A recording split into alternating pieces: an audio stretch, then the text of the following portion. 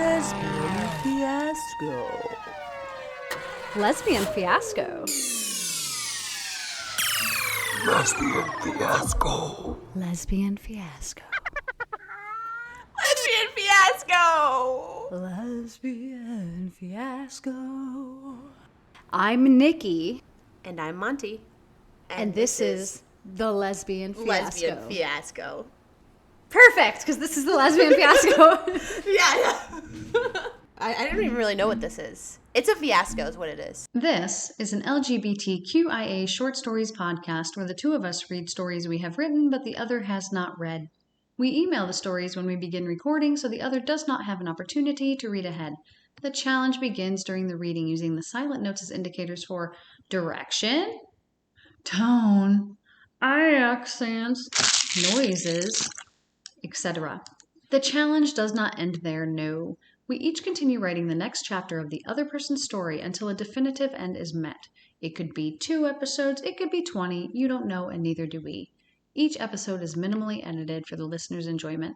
All new episodes are posted on the 1st and 15th of each month. If you are enjoying the podcast, please rate and follow. Thank you for untangling that fiasco in my head. All right, let's get on with the show. We're here today with our very first guest, author Danielle Doss. Hi everyone. Hello. So glad to be here. Danielle, if you wouldn't mind, I'd really love to talk about this beautiful book that you've written called Stalked. If you wouldn't mind giving us a little bit of information about it and where we can find it, maybe?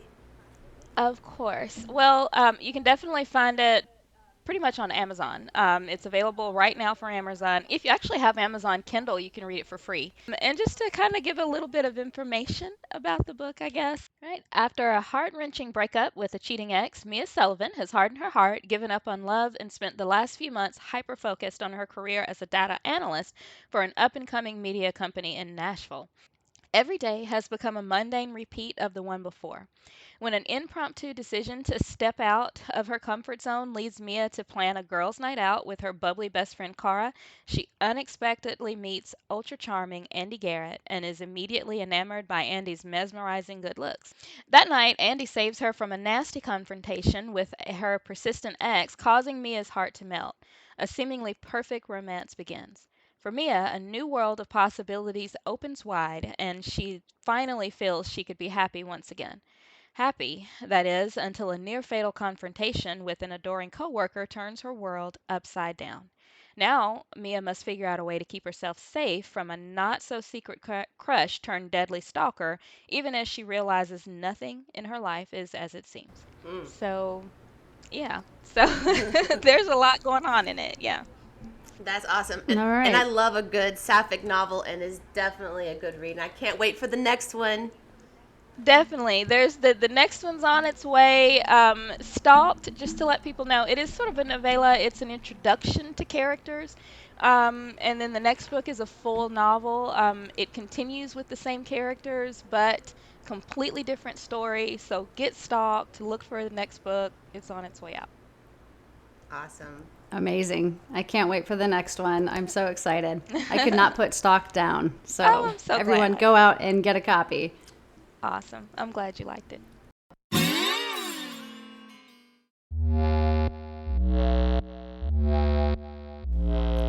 This is The Doctor Will See You Now, Episode 6, with guest, author Danielle Doss. It's the 1st of November, and the sidewalk outside of Dr. McGray's office is still full of energy from the trick-or-treaters the night prior. People are removing Halloween decorations and replacing them with various upcoming holiday decor. The air is crisp and cool. The world seems a delight. Outdoors, at least. Inside Dr. Patricia McGray's office, the world's a bit more torrid and chaotic. The clock on the wall has read, "The doctor will see you now," for almost 15 minutes, and the mayhem is in full swing with Dr. McGray's Friday afternoon clients. Meet the Stones, a married couple of 14 years. Fuck you, bitch. Fuck me? Fuck me? You're the goddamn cheater, but fuck me? Okay, hey, we all know this isn't helpful. Let's bring it down a little bit and communicate like we are adults. You're right. Sorry. Ha, that's rich. What now? What? We can't talk like. It's an act. When have you ever said you're sorry and meant it? See? Dr. McGray, see, this is what I deal with. I can't even say sorry right. I never know what the fuck to say with her. It's always wrong. Oh, here we go again. The act, the pity party. 14 years of this act. If only I would have recognized it in the beginning. Then what, Robin? Then what? So you're saying if you would have known whatever it is you think you know, you wouldn't have married me? So then why are we even here? Great question. The loaded gun, quite honestly, I don't know. I do not know. I'm crazy, I guess. Doctor, am I crazy? Neither one of you is crazy. Let's just take a couple of deep breaths and try to remember why you are both here. Let's breathe.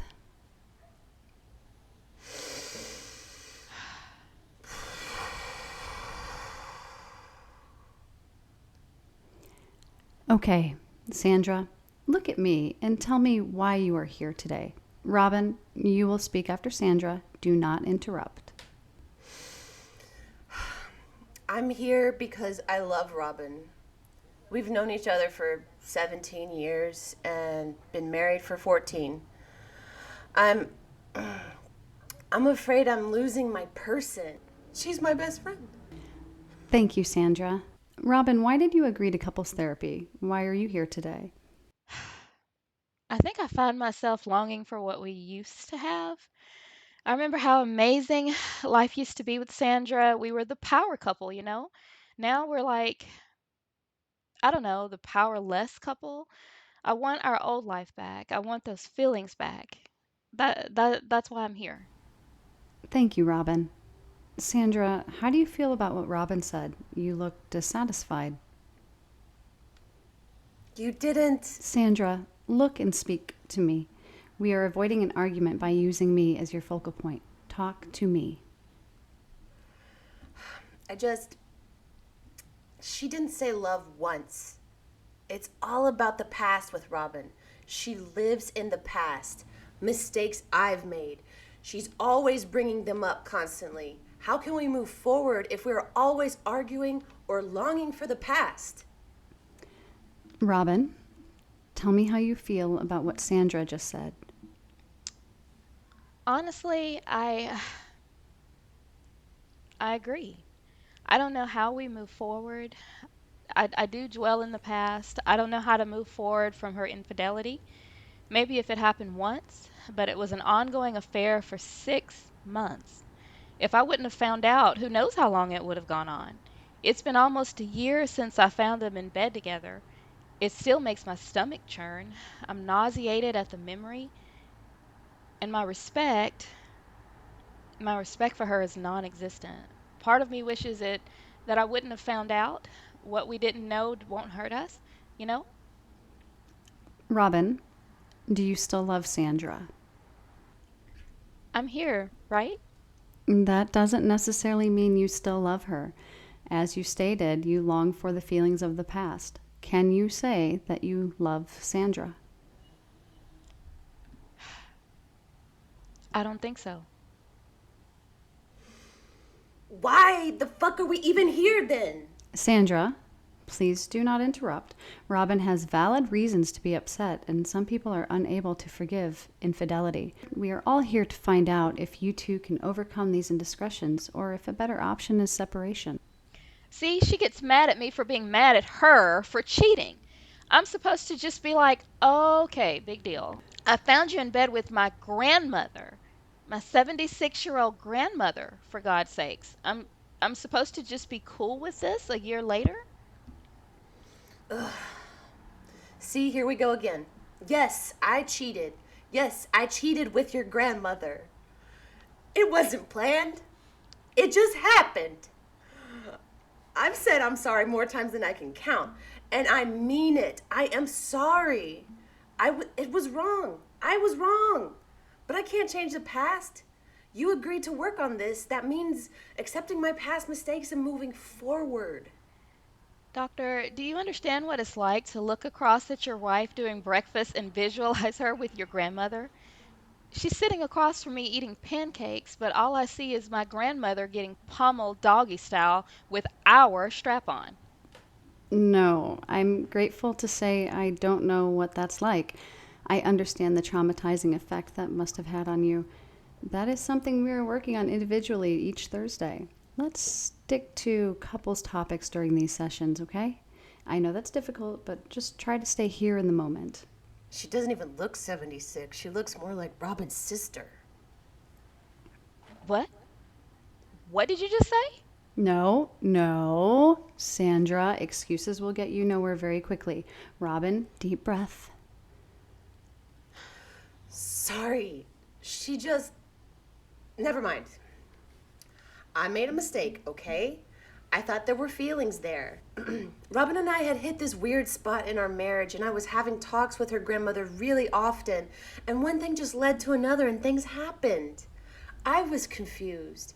They both looked so much alike, and it felt weirdly okay.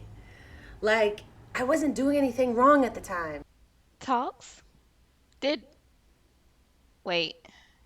No, you just did not. Talks with my grandmother? During the times when you were visiting, taking her food and helping her between the shifts of her caregivers because of her double hip surgery? Yes, I just did. That's exactly it. It was a vulnerable time, and we helped each other, and things just happened. Just happened? Like some sort of accident? You don't just accidentally have sex with someone's grandma. We are getting into some territory here that might be a little delicate. Robin, are you sure you want to? Yep, I need to know. Enlighten me, Sandra, please. How does sex with your wife's grandmother just happen? I. Are you sure? Spill it. Fine. I was visiting her. More than anyone else, by the way. We talked a lot.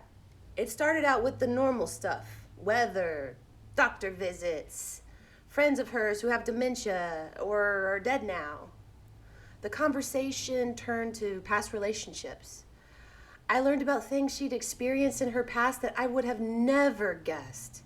She shared some sexual memories. I guess I started thinking about it, and then one day during a visit, I was giving her a regular hip massage. Well, she inched her gown up, and I slid my hand. Oh God. Okay. That's enough. I'm done. You wanted to hear it. Yeah, I can't hear anymore. It was a mistake. I could have gone the rest of my life without details. And by the look on Dr. McGracie's face, I'd say she feels the same. No, um, I just had some sushi for lunch and I think it's just maybe not sitting right. Let's continue where we left off prior to the details. Sandra, what steps are you taking to rectify your actions? I I have basically distanced myself from everyone, including her grandmother. Excuse me? They literally won't have anything to do with you. You haven't distanced yourself. They want nothing to do with you. My grandmother is in a nursing home now, thanks to you, because none of my family can even look at her. Yeah, but I'm honoring their wishes and keeping my distance. Except for the apology letters I've sent. I've tried to apologize to all of them. Dr. McGray, I have tried. It's been a full year of doing everything I can do. Please tell me. Tell me what else I'm supposed to be doing. Sandra, every person forgives differently. Some people require a lot of time and energy. Others can be more forgiving very quickly, and some will never be able to forgive. We are on a journey here of finding out which one of these people Robin is and if the two of you should continue working on your marriage.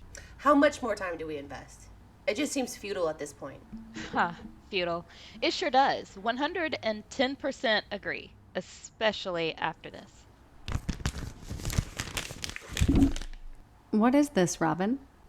Open them and tell Sandra what they are. What is this? What is this? This is mutiny. This is a witch hunt, and that's what this is. Well, Sandra, it appears the witch hunt was a success. Can you explain this? Explain what? I don't even know what you're talking about. This is nuts. 17 years I've known you. 17 years, and I've only just realized I've never known the real you. How can a person be so deceitful to someone they claim to love? Sit down, Sandra. Have a seat and listen to Robin. No. Why should I? I don't even know what you have there. She could have made something up to make me look bad. Lucky me. I don't have to make up anything to make you look bad. You do that so well on your own. Just shut the fuck. Okay, Sandra. Okay, have a seat, Sandra. Please sit down and have a look at these documents.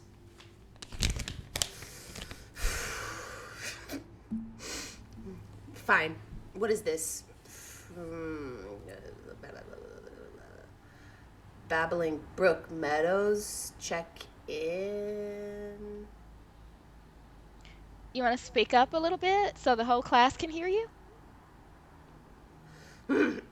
No, I'm done.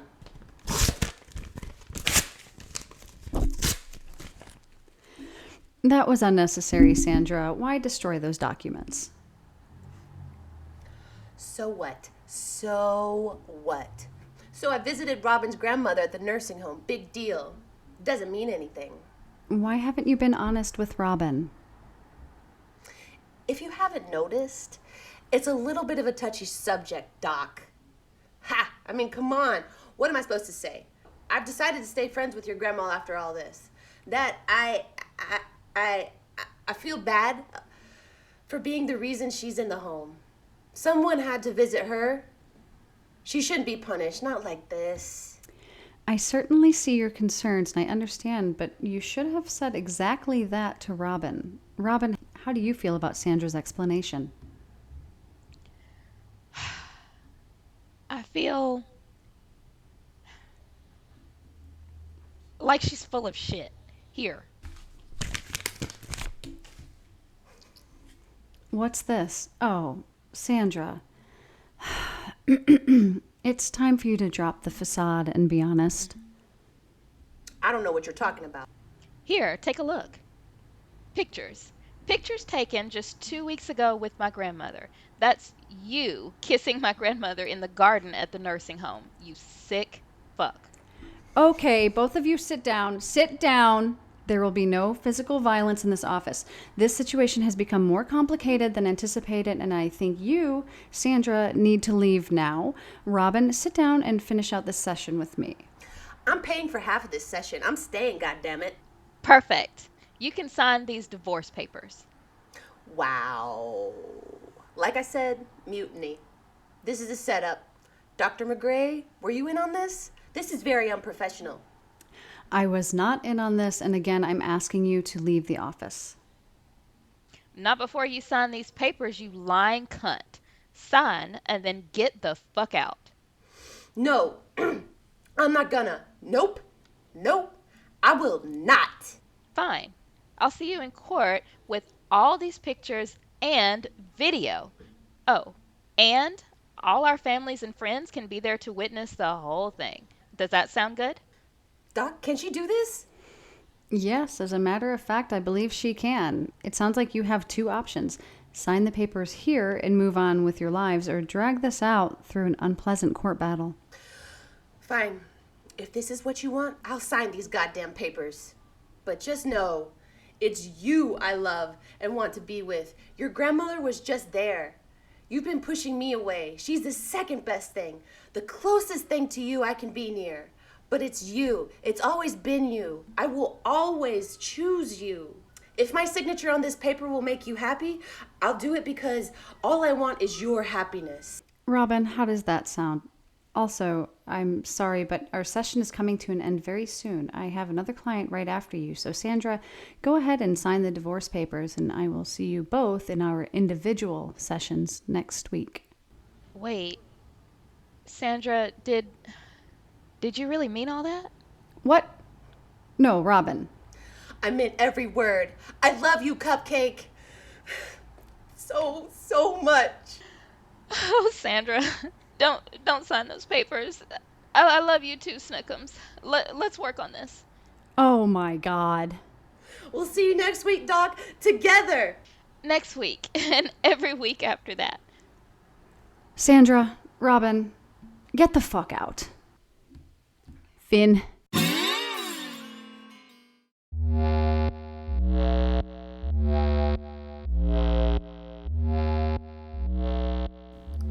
This is Derby Darlings, guest starring author Danielle Doss. The year is 2010, and the scene tonight is the Tri-County Rec Center just past the tracks off of the old Highway 69. It is raining and thundering on the outside and thundering on the inside. The boisterous crowd matches the torment with their passions for two teams. The Derby Darlings are taking on the Lipstick Lashers in a heated feud.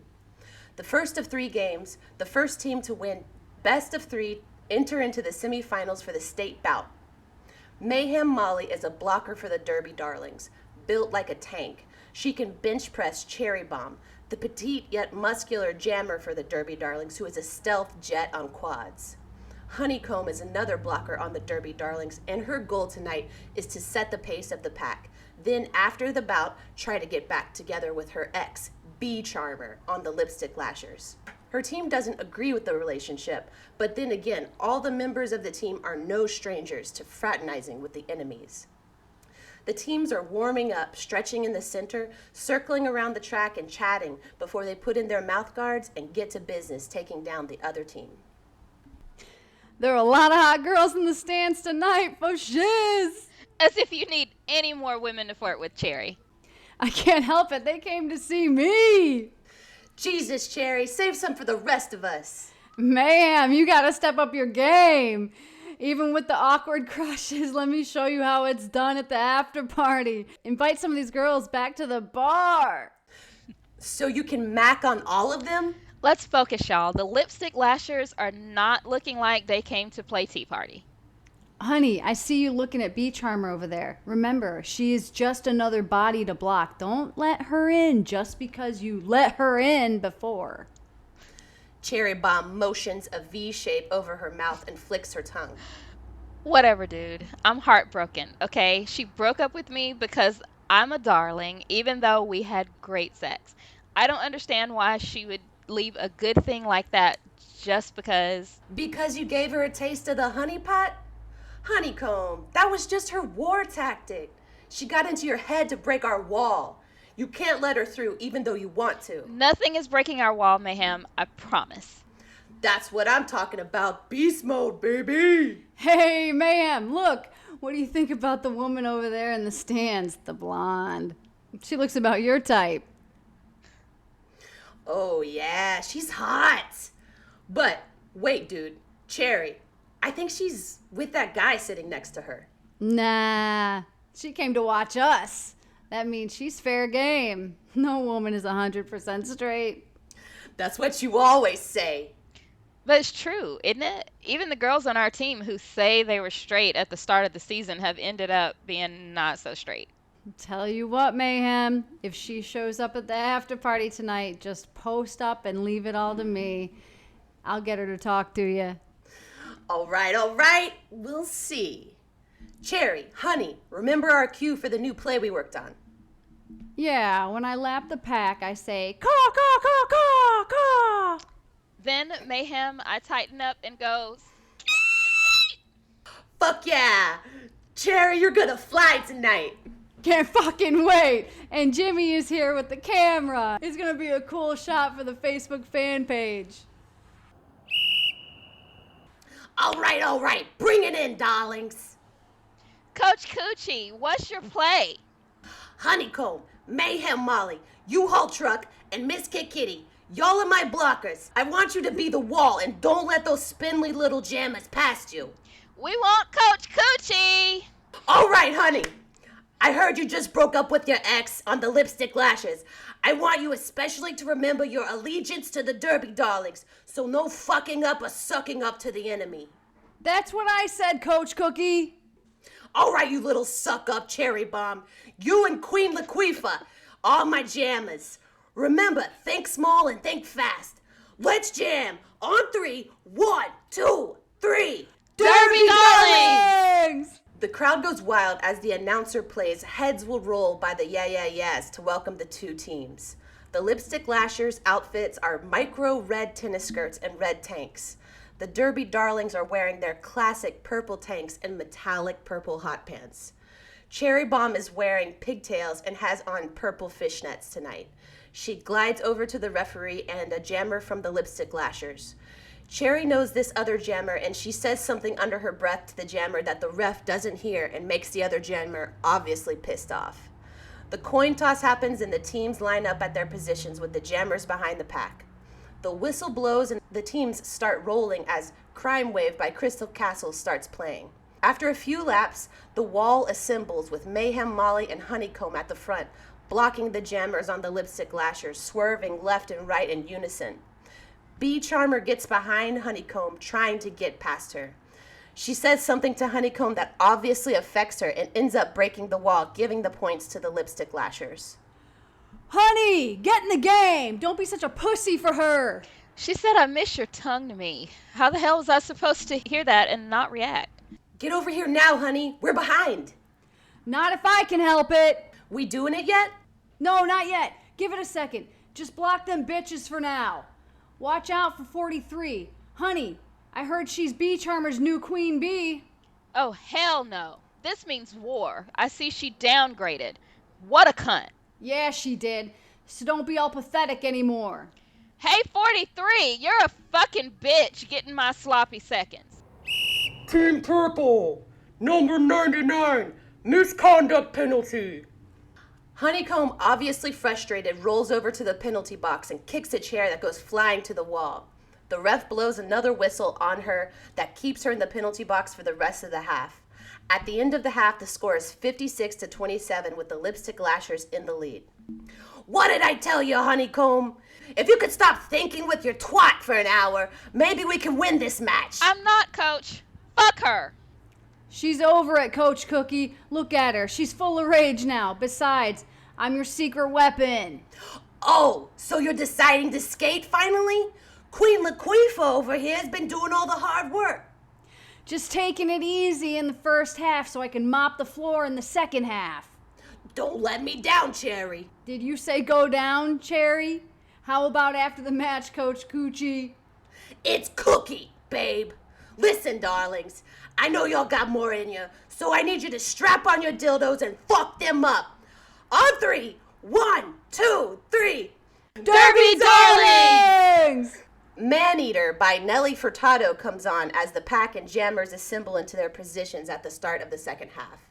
Cherry Bomb skates in circles around Who's Afraid of Virginia Woolf, the jammer on the Lipstick Lashers who has scored the most points tonight. Lipstick is red, purple is fine. You be the 6 and I'll be the 9. Cherry! Honeycomb motions to Cherry, flapping her arms to signal the coming play. Cherry Bomb stops flirting with Who's Afraid of Virginia Woolf and puts in her mouth guard. The whistle blows and the pack starts, with everyone running on their toe stops. Then the jammers start gliding around the track. Mayhem swerves left and right, controlling the flow of the pack. Minutes in, she gets elbowed by Twisted Tit that knocks the air out of her lungs and gets Twisted Tit sent to the penalty box for a double penalty. Honeycomb protects Mayhem while she is recovering and rebounds back to health. Hey, that blonde looked worried for you. I bet she's gonna talk to you later. Great. I scored some sympathy points. Man, that cunt knocked the breath out of me. They can't score any more points. Mayhem, get ready for Cherry Bomb. This is gonna be a Hail Mary. With a few minutes left in the final half, Cherry Bomb by the Runaways starts playing and instantly energizes Cherry, coming in from the way back. She laps the pack several times. Oh shit, here we go! She flies past the red blockers, even skating through the legs of Honeycomb, making the crowd go wild. With just a minute left in the game and in the song, she does the signal. Caw, caw, caw, caw! The Lipstick Lashers sense they are about to do a play and assemble a wall that looks impenetrable. Twisted Tit looks like she's ready to kill. Mayhem, Molly, and Honeycomb skate side by side, holding a tight squatting position. Here we go, Mayhem! Cherry Bomb looks at the scoreboard and sees she needs one more lap to make it, and she's halfway to making it during the jam. Who's Afraid of Virginia Woolf moves her leg out to one side, looking like she's trying to trip Cherry, and it goes unnoticed by the refs. Cherry barely misses the quad and whizzes right past her. She gains up to the impenetrable wall, and Mayhem and Honey skating on the edge of the rink side by side. Looking like she's about to barrel through the two teammates, Cherry gains even more speed, crossing over around the corner, and as soon as the track straightens out, in a split second, Cherry leapfrogs on the shoulders of Honey and Mayhem, catapulting her in the air. Her star helmet can be seen busting through and above the pack. No one is able to stop her at this point as she passes all the blockers from Lipstick Lashers. Everyone's jaw is dropped from the barely legal maneuver. As she completes her last rotation, the buzzer rings and the ref blows the whistle. The crowd, after a second delay of understanding what they just saw, goes wild in the stands and makes it sound like the bleachers are going to break. Cherry does a victory lap, blowing the smoke off of her handguns and checking out every woman in the stands. The Derby darlings all gather in the middle of the rink, hugging each other, as Cherry still rounds the track, unable to stop from all the cheering egging her on. God damn it, Cherry, get over here to your team! We did that play perfectly. Cherry, that was the longest airtime you've done yet. What can I say? It was my song, and y'all got some strong, sexy backs. Damn straight. Fuck yeah, we do. Let's celebrate at the bar tonight. Then after party at my house, and team shower. Here we go, team. No after party for me. My wife won't let me. But y'all earned this win, and your play paid off. I'm proud of you, darlings, but this is just one bout. You gotta beat him again and then move on to the state championship. I want that trophy in my living room, damn it, and don't disappoint me. And no more getting seduced by the other team. I'm looking at you, Honeycomb. You got it, Coach Coochie. Y'all gotta focus and get your mind on your quads. Do you hear me? Yeah! I can't hear you on account of all the ruckus in here. We said yeah! Good enough. All right, Derby darlings. Have fun tonight and don't do anything I wouldn't do.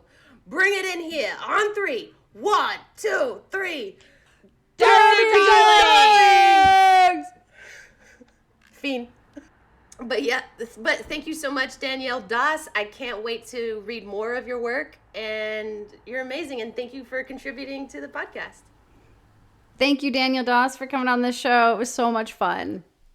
Well, thank you guys so much. This is so much fun. So thank you guys so much. I really, really enjoyed this today.